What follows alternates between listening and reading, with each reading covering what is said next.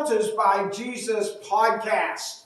And I am Senior Pastor Richard Berry. I'm the pastor of the shelter, and we're so excited, and I do mean excited, that you're watching. Prayerfully, you're subscribing, you're hitting like, because that brings money into the shelter. Thank you for being a part of this. If you want to join us and be a part of the ministry, go to sheltersbyjesus.com. And for $9 a month, you can take somebody off the street. And if you've been watching my podcast, you've seen the children, you've seen the elderly, you've seen the invalid, you've seen everything. And you're the reason, because you're hot, because we get no money from the government. This is 100% faith-based. This is Shelters by Jesus. The money comes because of him. I also have 4 books. It's written by the dumb hick from Skowhegan, me. And it's written in Hickanese, because I talk in Hickanese. If you would like those, put your name and address on there, and we'll send them to you. There's 2 prices. They're $10 or they're free. But we want to minister to you. They're full of miracles, battles, everything about the shelters. We've been at this for 15 years, and the 4 books cover most of it. A 5th one's coming out in the near future to pick us up to date, but we'd love to put them in your hands. Now, the other thing is you can call the office if you want to order them from there. Call 207-474-8833 and say, I would like Pastor Berry's books.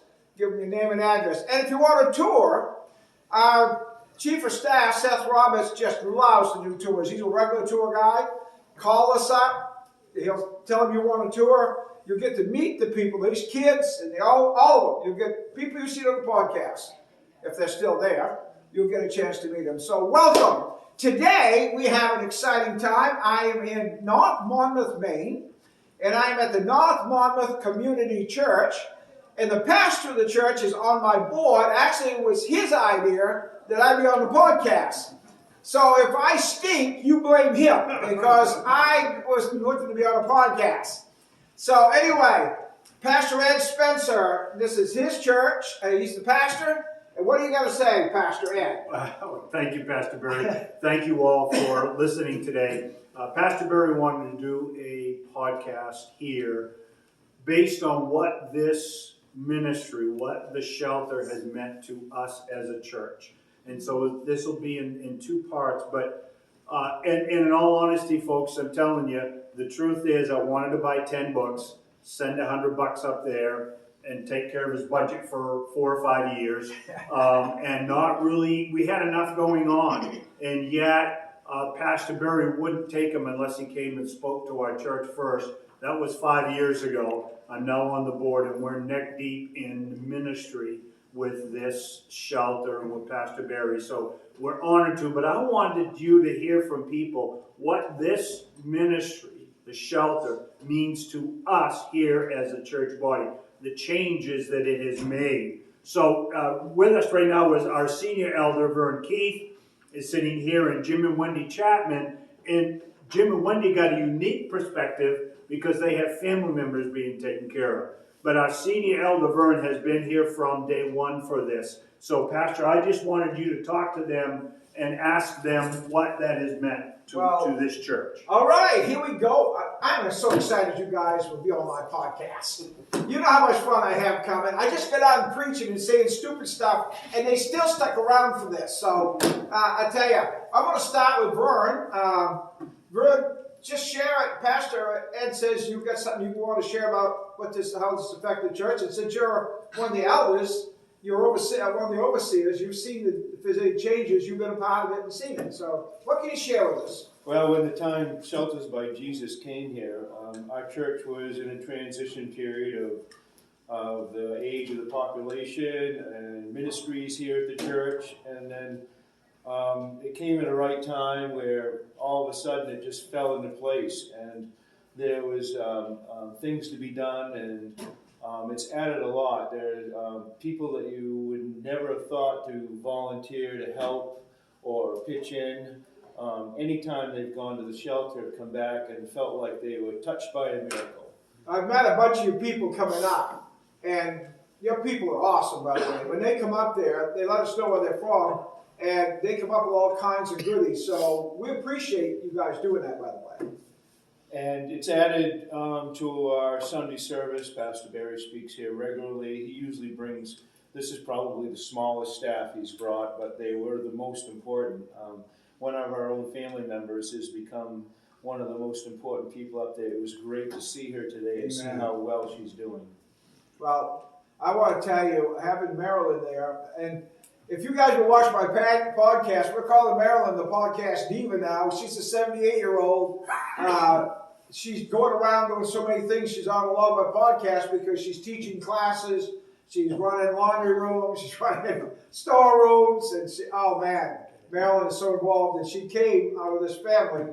She's been here in Pioneer Church for a lot of years. More than 30. More than 30 years. And I heard it was her fault that you guys ended up with Pastor Spencer. It is. Have you forgiven her yet? It's actually her fault that my family is here as well. She was one of the greeters when we walked through the door. We were church hunting, and everything fell into place. Shelters by Jesus came here because of Jesus, and we've been blessed from the start. Thank you, Dave. Thank you for sharing that. I really appreciate it. Now let's move on to the other couple and give them your names again. My name is Jim Chapman. This is my wife, Wendy. And you have a unique perspective because you've been on my podcast one time. Yes, we have. So would you tell us how this all come about? We've been involved with the church for quite a while. Yep. So we knew what was going on with Shelters by Jesus. We knew where you guys were.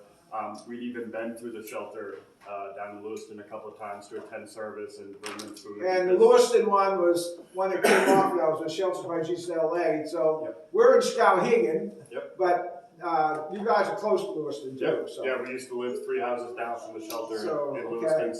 So we had some experience down there, and it came to us that my son was coming back home and had no place to live. Wow. And the situation we're in now, we didn't have space for him and his 4 children and his wife in our house. We wanted to. Of course. We You understand. never want to have a situation where you can't take care of family, but we're just in a position where And we your couldn't. son was in the service too, Yeah, my correct? son Prior to was in this? the Army. Yeah. So they were coming home from being in the Army. They had no place to go. I reached out to Pastor Ed and talked to him, or you guys set it all up. Everything was great, and then my son's family decided they wanted to go someplace else and try something different.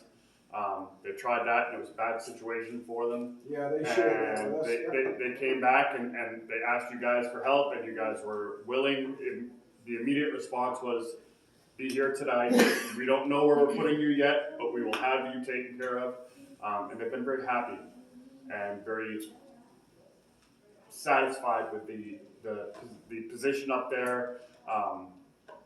Everybody is helpful. It's a big family of people that have no responsibility to be your family. Now, you have grandbabies. You have 4 grandbabies there. Yes, we do. And I'm going to ask Grammy, how do you feel about having 4 grandbabies at a homeless shelter? Do you have any trepidation or fear about that? Because the term homeless shelter for a lot of people brings real apprehension. It does. Initially, when you think of homeless shelter and you think of families in a homeless shelter, you picture, and this is a bad analogy, but you know, the Annie of the orphanage and the room with endless beds and all these kids that aren't taken care of and they're mistreated and the expectation is that they're going to be slave labor. They're going to do menial tasks. They're going to scrub floors. And it really, the place, we pulled up, we went down, our kids they didn't have a vehicle, so we went with 2 vehicles. They drove one, we drove one. We showed up, we walked in, and of course the lovely lady that you're talking about, Marilyn, she knows my family. Well, She knows my dad very well. Yeah. Grew up in the same town. She was there, and as soon as I saw her, she came out, and there was like 12 people that just magically showed up. They had been waiting for us to pull up. And there's all these people, and they're carrying in my grandkids, and they're bringing whatever bags they need, and it was, they didn't have a place, they didn't have a room for them. They set them up in the back of the actual sanctuary with air mattresses, and miraculously they cleaned a room and had them all set up in a room the next day. Everybody has been super helpful. The kids have clothes, they lose socks like all children do. They have their own portable sock monster that seems to go from town to town with them. And there's always somebody helping. And it's not about handouts. There are expectations, which is great. They expect them to have a chore. They expect them to be responsible. They expect them to go to services. And I feel like they're getting closer to God, which is something that Amen. everybody wants for their family. Praise God. Amen. Well, I'll tell you, and I'm not saying it just because of your kids, but they are a blessing. I like your son, he's a good kid, but Caitlin, I mean, that's like having another daughter around there. She is the sweetest thing. That girl, don't she, Seth, when she comes in every meeting, there's a smile, you swear her ears are going to fall off. You would not know this girl, you know, is struggling with homelessness and all of that. She comes in and she just, like Marilyn, she just laughs and smiles all the time. She's an absolute joy. And I've had her on, how many, we've had her on a couple of podcasts, right? 3 podcasts. And she's turned into a podcast diva too. But she is special. Some of you have already met her. You've seen the 2 Caitlins and Shay on one. She's one of the Caitlins. And they are just special kids. We're blessed to have them. And the children are great. They're not a problem. So we're very thankful. When Ed called me and told me about this, it was like, oh yeah, man. But I'm pleased that you was okay with us just putting them in my sanctuary to start with. Because that's kind of like when you go to boot camp, they drop you off at a station before you get your bed and all of that. I hate to put us like boot camp because I hated boot camp. But anyway, sometimes it's like that. If it happens immediately, we don't have time to get everything set up. And it's so much easier. We have some air mattresses that we give it to us, and we blow them up and we lay them in the sanctuary. And I don't know how many churches have their sanctuary as the sanctuary. But that's just it. It's sanctuary. It was their sanctuary. And we're honest with them. You know, we will get you into a room, but at first it may be wide open spaces. But they never complained about that at all, did they, Seth? Never heard a word of complaint from them. They were just happy to have a safe place to be. Their kids are safe. They're happy. They don't have to worry about things going on that are going to put their kids in danger. And, you know, it was honestly just a huge weight off their shoulders to know that they could be there and it would be safe. And knowing that we knew about this place and gave them our vote of confidence, it really helped them to accept the fact that this was a good decision for them. Well, I tell you, one thing that blesses me is when Caitlin, she talks about her husband, she say, you know, I feel good because my hubby has, you know, stress from the service he's dealing with, and but he's able to do well here, even with that. And she's always bragging about him on that and how hard he's trying. And every time I see him, he's carrying a kid, he's taking care of a kid. He's a good dad. I'm probably not telling anything you don't know, but I just wanted you to know what we see. A lot of times it's nice to hear it from somebody other than family, what they see, but Cody and Caitlin do a good job with those kids. And I love it because Caitlin's been sharing with us that they're looking at places. She was all excited about 2 of them. I guess neither one of them came through. But, you know, normally, if you talk about that, you'd think they'd be down in the dumps. Right. But they're not. Caitlin says, oh, that's all right. God has something better for us. We know that. And we're okay right here. You know, it's like, oh man, we gotta get out of here, gotta get out of here. But they're not like that. It's like, we're cool. It's all cool. And I just want to say, you're hearing these stories, and we couldn't do this without you that are watching this and supporting us. In churches like this that are on board with us, that support us, we depend on churches and individuals that have a heart for the homeless like they do here.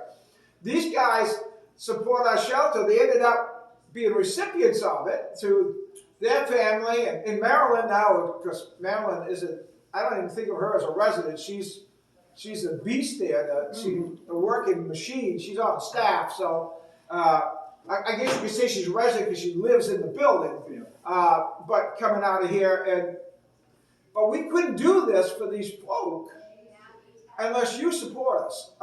It was heard on the news, and Pastor Spencer mentioned this morning that Lewiston come up with $3.7 million to put in 25-bed shelter, but that doesn't mean they're going to be sheltered 24 hours. They still go out. You set it up through your support, and us using homeless, making staff out of homeless, we're able to do 24/7 because we don't pay those 24/7 salaries. God has set it up so you get more buck, you get more bounce for your buck or whatever. What's the term? Bang for your buck. Bang for your buck. Thank you. I'm glad I got a woman here and all these men. They got me coming. I told you I'm a dumb hick from Skowhegan, all right? But we get more bang for a buck because the food comes donated. The wood that heats the furnaces is donated. The clothes, donated. So we pay for the light bills.